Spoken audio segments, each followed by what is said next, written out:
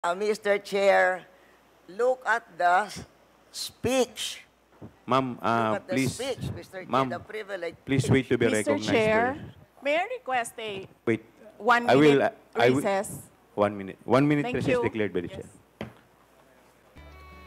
Bakit humingi si Vice President Sara Duterte ng 1-minute recess?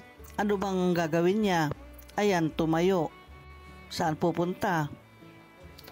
Mukhang lalapitan yata niya si Congresswoman Gloria Macapagal Arroyo Ayun nga, nilapitan niya. May binulong at nag-usap pa sila. Ano kaya yung pinag-usapan nilang dalawa? Mukhang masinsina ng pag-uusap ng dalawa.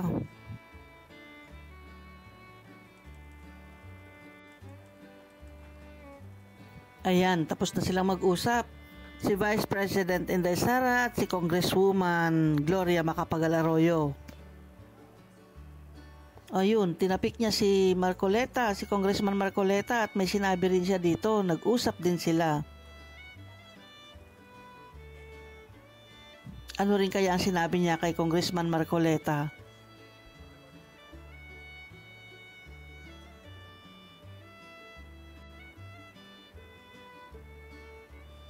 Tapos na, yan, babalik na siya sa kanyang upuan.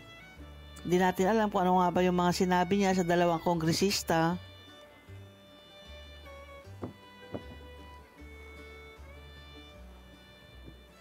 Mr. Chair, yes. Mr. Chair, Session resumes. Mr. Chair, may I speak? You will be given the opportunity later, Okay. Madam Vice President. The chair declares 1 minute suspension. Suspension na naman. Ayan, tumayo uli si Madam Inday Sara. At nilapitan niya si Chairman. Sandali lang naman, ano kaya sinabi niya, ano? Mukhang may pinarating lang siyang salita kay Chairman.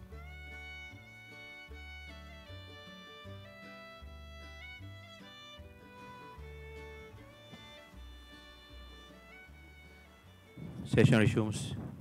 Mr. Chair, may I request... The Honorable Vice President is recognized. Thank you. May I request to leave the inquiry? Ma'am, pwede naman po, considering na hindi naman din po kayo naka-oath and alam naman po namin, marami rin po kayong ginagawa. The Vice President is excused. Thank you. Thank you po, Thank you, ma'am. everyone. Good morning. 1 minute suspensions declared by the chair. Hala, alis na si Vice President Sara Duterte. Mukhang hindi na siya attend ng hearing. Okay lang yun kasi hindi naman siya nanumpa di ba? Kaya pwede na siyang umalis. Malalaman po natin sa dulo ng video ito kung ano nga ba yung ibinulong niya kay Congresswoman Gloria Macapagal Arroyo at kay Congressman Marcoleta. Abangan po natin. You mentioned about another political attack po ito ng Kamara po sa inyo at sa inyong opisina. Yes, nabanggit ko kanina sa statement ko na kapareho lang ito nung nangyari noong nakaraang taon. Noong nakaraang taon, nagdrama ay confidential funds. Ngayong taon naman ito na namang sa Committee on Good Governance. Ma'am, you did not take an oath po during your intro kanina. Yes, rightly so. Kasi nagpadala sila ng rules at pinag-aralan ko yung rules nila. Nakalagay doon sa rules nila na witnesses lang yung mag-o-oath. Paulit-ulit na sinabi kanina na resource person ako. So sabi ko, bakit naman ako mag-o-oath na resource person ang sinabi sa akin. Malaki po ang pinagkaiba ng witness saka resource person. Ma'am, may nabanggit kayo ng impeachment, ma'am. Sabi niya, ma'am, prelude na to sa Oh, impeachment. yeah. Very obvious. Very obvious yung kanilang ginagawa na nagpa-practice sila o anong gagawin nila. Ma'am, pero hindi po ba kayo sa mga binanggit sa privilege speech yung gagawin nilang basihan for the, sabi ninyo ay impeachment possible. Ano po yung magiging tugon po ninyo doon sa mga nabanggit kanina? Antayin natin yung articles of impeachment. Doon tayo magbabase kung ano yung isasagot natin dahil hindi naman natin alam kung ano talaga yung final na isasulat nila. Nagte-testing sila ngayon kung ano yung gagawin nila. But how do you say, ma'am, na testing po ito for impeachment? Oo. Paano niyo po nasabi? Kasi nagsabi na siya kanina, diba?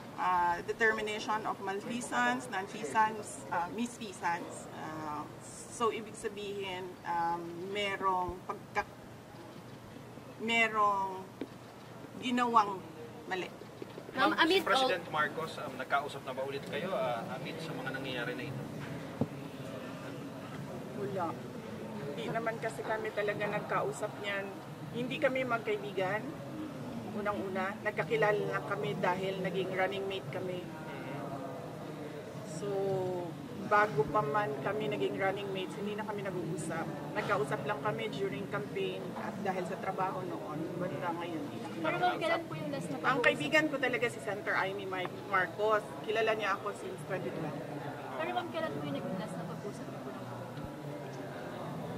Nung nag-tender ako ng resignation, yun yung last na nagkausap kami ni President Ma'am, do Marcos. you think kung si President Marcos magsalita para sa inyo and on behalf of you, baka maayos kaya itong nangyayari dito sa Kongreso? Alam nyo, kasi madami hindi nakakilala sa akin, pero mag-share ako konti ng ugali ko. Hindi ako humihingi ng tulong.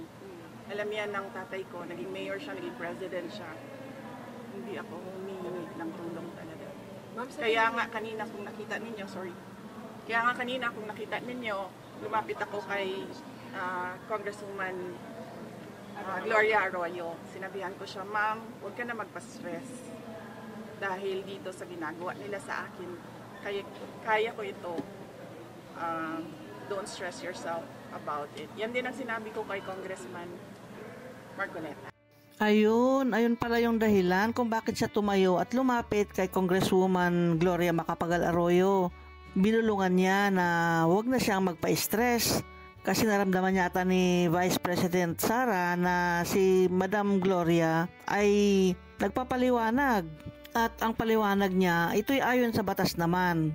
Naramdaman ni Vice President Sara na mukhang may i-stress si Gloria Macapagal Arroyo sa paggigit niya sa tamang batas.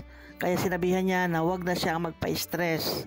Ganoon din ang sinabi niya kay Congressman Marcoleta. Sinabi ni Inday Sara na kaya niya yon kasi laban niya yon. Kaya dapat siya lang ang dapat na ma-involve doon.